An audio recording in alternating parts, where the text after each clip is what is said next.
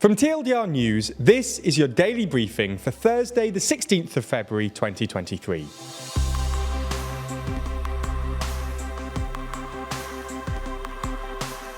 Good afternoon. In today's Spotlight story, we run through the difficulties that Macron is facing in changing the French pension age. This isn't the only thing happening in the world though, so we'll run through three of today's other important stories. And in our exclusive Nebula section, we look at the possibility of a Polexit. But first, what on earth is happening in France? Today marks France's fifth day of national action against the Macron government's plan to overhaul the pension system, including by increasing the retirement age from 62 to 64. The day of strikes and protests aims to keep up pressure on the government ahead of a much wider mass mobilisation on March the 7th. At time of writing, which is just before midday, about 30% of flights from Paris's Orly airport were cancelled. Employees at the state energy company EDF said they'd lowered output by more than 3,000 megawatts, and there is further disruption in other sectors. Today's strikes are, by comparison, expected to be less disruptive than the previous days of action, as the Paris metro is running normally, and with it being the holidays, schools are largely unaffected. The dispute between unions and the government shows no sign of letting up, as all 8 major unions have called for strikes to bring the country to a standstill on March the 7th, which has been labelled as a landmark day of protest. Polling suggests that the public are still hostile to the government's proposals, with about 70% against them. But the battle over the unpopular reforms is obviously not just in the street. Lawmakers in France's National Assembly are in their second week of examining the pension reform bill. Unfortunately for Macron, his coalition lost its parliamentary majority last June, so it has a real challenge on its hands, and the debate has been fiery and high-tempered. The bill has been bogged down with thousands of amendments by opposition parties, especially from those on the left, to the point that the chamber may not even get to vote on Article 7, which is the headline article on raising the retirement age, before the end of debate deadline at midnight on Friday, when the bill is due to move on to the Senate. As such, members of the pan-left-wing opposition Noops coalition have withdrawn thousands of amendments with the goal of speeding up debate to get to Article 7 quicker. At the other end of the opposition spectrum, Marine Le Pen's far-right National Rally has tabled a censure motion against Prime Minister Elizabeth Borne. Le Pen says that given the chance that lawmakers may not even get to Article 7 before the Friday deadline, she wants the censure motion to act as a sort of parliamentary referendum on the retirement age. If this were to succeed, it would result in the collapse of Elizabeth Borne's government.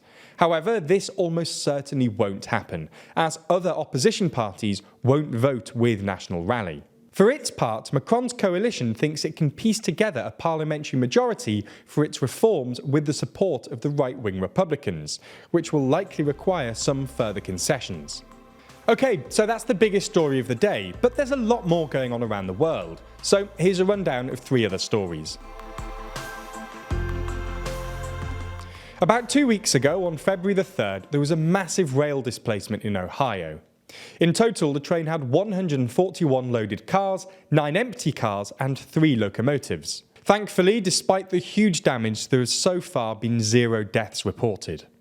The derailment caused quite a lot of anxiety among the local population, as many of the cars contained hazardous materials, such as vinyl chloride.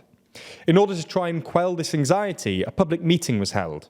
However, this didn't really go to plan, as the rail firm at the heart of this disaster failed to show up, citing security concerns. Largely, locals seemed to be concerned about the thick plumes of black smoke that came from the train following an intentional controlled release of vinyl chloride. This was an attempt to stop the substance causing an explosion. Some worry that this smoke may have damaged air quality, despite the attempts by officials to reassure them that this isn't the case. Fueling this mistrust is the fact that locals have reported thousands of dead fish and chickens, alongside reported difficulties in getting their water tested.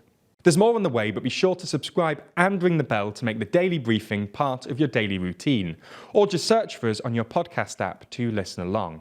Separatist rebels in Indonesia's West Papua region have released photos and videos of a New Zealand pilot who was taken hostage a week ago. Philip Martins, who flew for Indonesia airline Susi Air, was captured by members of West Papua National Liberation Army after landing his small single-engine plane on a runway in a remote part of the region. The plane was carrying 5 passengers, who were released by the armed rebels, but Martins was taken hostage, with the rebels saying they would release him if Papua was granted independence. The leader of the group said in the video that he will be safe with me as long as Indonesia does not use its arms, either from the air or from the ground. Indonesia's coordinating minister for security said the government will make every effort to secure the release of the hostage, but emphasised the view that Papua will forever remain a legitimate part of the unitary state of the Republic of Indonesia. Italy's former Prime Minister Silvio Berlusconi has been acquitted over allegations of bribing witnesses in a previous underage prostitution case.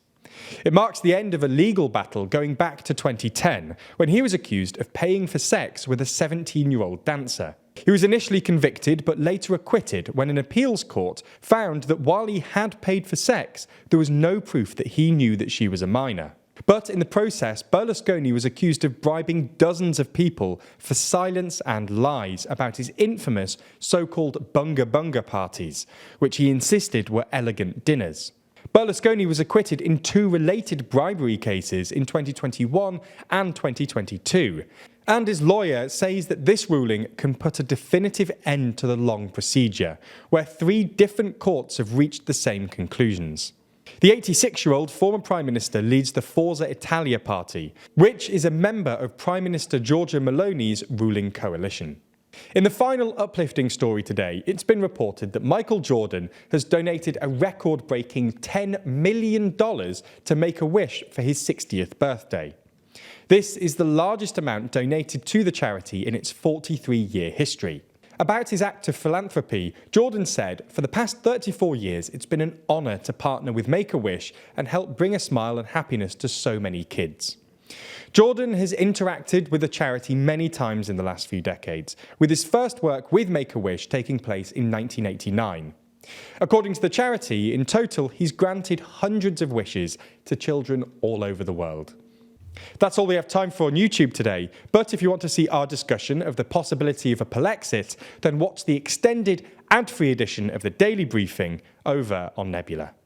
That's the streaming service we're building with a bunch of our creator friends, many of whom you're likely to be already watching. That means that by signing up, you not only get an extended ad-free daily briefing every single day, you also get to watch exclusive and ad-free videos from the best educational creators on YouTube. That's things like Real Life Law's incredible Modern Conflicts, which breaks down contemporary disputes around the world, Neo's Underexposure, which beautifully dives into complex and shadowy topics you've always wanted to know more about, or Extremities from Wendover Productions, which uncovers some of the world's most remote places. All of these are only available on Nebula, just like our extended daily briefings and a whole bunch of other exclusive TLDR content which never comes to YouTube. If you want to sign up, use the link in the description so that they know you came through us. That helps us out a whole lot,